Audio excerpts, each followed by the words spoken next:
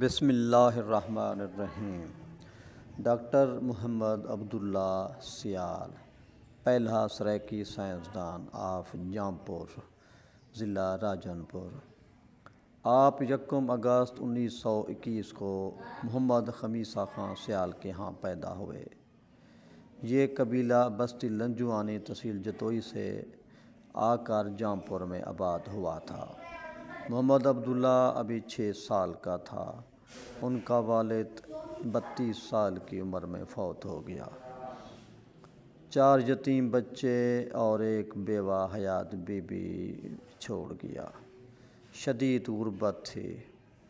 7 سال کا جب عبداللہ ہوا تو اسے چوٹی زرین کے لگاریوں کے گھوڑوں کے استبل میں بطور راہک مزدور کے کام کے لیے بھیج دیا گیا، مگر اس کی بہنوں نے اپنے اس اکلوتے یتیم بھائی کو علیحدہ رکھنا پسند نہ کیا، واپس بلا لیا۔ جب یہ واپس آیا تو اسے جامپور کے پرائمری سکول فتو شاہ میں داخلہ کرایا گیا۔ یہ بچہ پہلے ٹائم سکول جاتا اور شام کو سل بند کے طور پر اپنی ماں کے ساتھ اینٹیں بنانے کے لیے بھٹے پر چلا جاتا۔ اس زمانے میں سکول فتو شاہ میں غیر بلوچ پڑھتے تھے، جبکہ انگریز حکومت نے بلوچوں کے لیے تعلیمی وظائف مقرر کیے ہوئے تھے۔ سکول کا ہیڈ ماسٹر بڑے جرأت مندانہ فیصلے کرتا تھا۔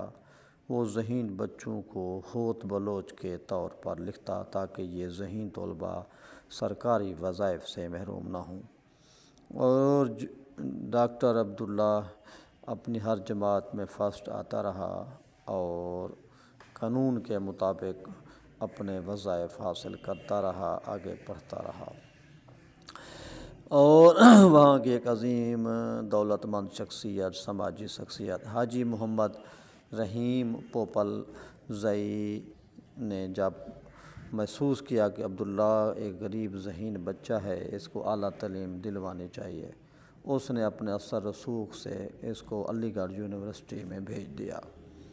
یہ 1947 میں MSc کیمسٹری کر کے گولڈ میڈل حاصل کر کے واپس آئے اور فوراً ہی ان کو کیمسٹری کے لیکچرر کے طور پر لیل پور فیصل آباد میں تعیناتی ہو گئی۔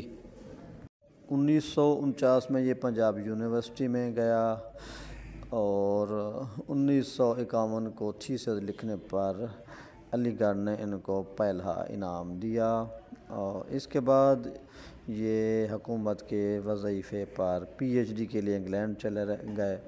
1954 تک کیمبرج یونیورسٹی میں PhD مکمل کر لی، پھر واپس آئے، پشاور میں اسسٹنٹ کمشنر کے طور پر کام کیا۔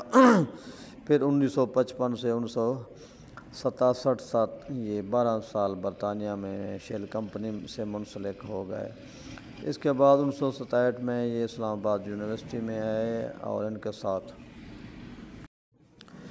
1972 میں یہ ڈین آف انسٹیٹیوٹ آف کیمسٹری اسلام آباد یونیورسٹی میں تعینات رہے۔ یہ 1975 میں پرنسپل بھی اس یونیورسٹی کے رہے تھے۔ اس وقت جتنے بھی مشہور زمانہ سائنسدان ہیں ان میں سے اکثریت آپ کے شاگرد ہیں، جنہوں نے پاکستان اور پوری دنیا میں نام روشن کیا ہوا ہے۔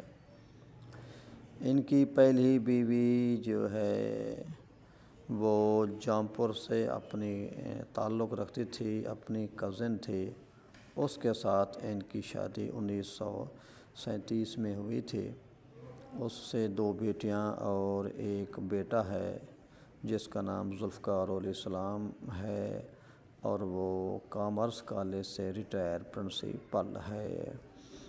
انہوں نے 1956 میں ڈنمارک کی ایک خاتون پروفیسر سے شادی کی جس نے اسلام قبول کیا، اور اس کا نام بعد میں رقیہ عبداللہ رکھا گیا۔ اس سے اس کے 2 لڑکے اور ایک لڑکی پیدا ہوئی۔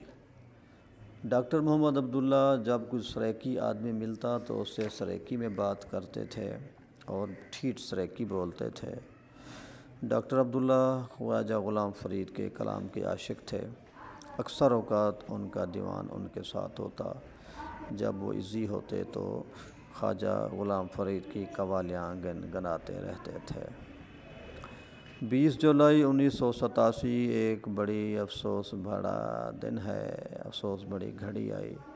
وہ اپنی بیوی کے ساتھ کچھ مناظر دیکھ رہے تھے، دل کا دورہ پڑا، ڈنمارک میں وفات پا گئے۔ کوپن ہیگن میں ان کا گھر تھا اور اس کی بیوی روتی بسورتی مسلمانوں سے یقیناً اس نے رابطہ کیا ہوگا اور وہ مسلمانوں کے قبرستان میں کفن جنازے کے بعد اس کو دفن کر دیا۔ ایک ہفتے کے بعد رقیہ عبداللہ نے پاکستان میں ان کے بھانجے کو ایک خط لکھا اور اس میں پوری دردناک درد بھری داستان روانہ کر دی۔ جامپور ایک ثقافتی شہر ہے، ادبی شہر ہے، سرسبز شہر ہے۔ یہاں کی سبزیات اور تمباکو پورے پاکستان میں مشہور ہیں۔ یہاں کے بہت سارے ذہین لوگ اب بھی امریکہ، برطانیہ اور مختلف ممالک میں رہتے ہیں اور اعلیٰ تعلیم یافتہ ہیں۔ جامپور کے حوالے سے جتنی بڑی اعلیٰ شخصیات باہر گئی ہیں، انہوں نے جامپور کا جس طرح خیال رکھنا چاہیے تھا ایسا نہیں کیا۔ یہی وجہ ہے کہ جامپور کی عوام ان بڑی بڑی شخصیات سے آج بھی واقف نہیں ہے۔ اسی ڈاکٹر عبداللہ کو دیکھیے، اگر یہ اپنے وسیب کے لیے کچھ کر کے جاتے تو آج زمانہ اس کو بچہ بچہ جانتا، لیکن اب خواص جانتے ہیں، عوام نہیں جانتے۔ اللہ تعالیٰ اس عظیم سائنسدان پر رحمت بھیجے اور اس کی بخشش کرے۔ میرا چینل سبسکرائب کریں۔ دل بر مولائی آپ کی علمی، تاریخی، ثقافتی، ادبی اور شخصیات کے حوالے سے خدمت کر رہا ہے۔ خدا حافظ۔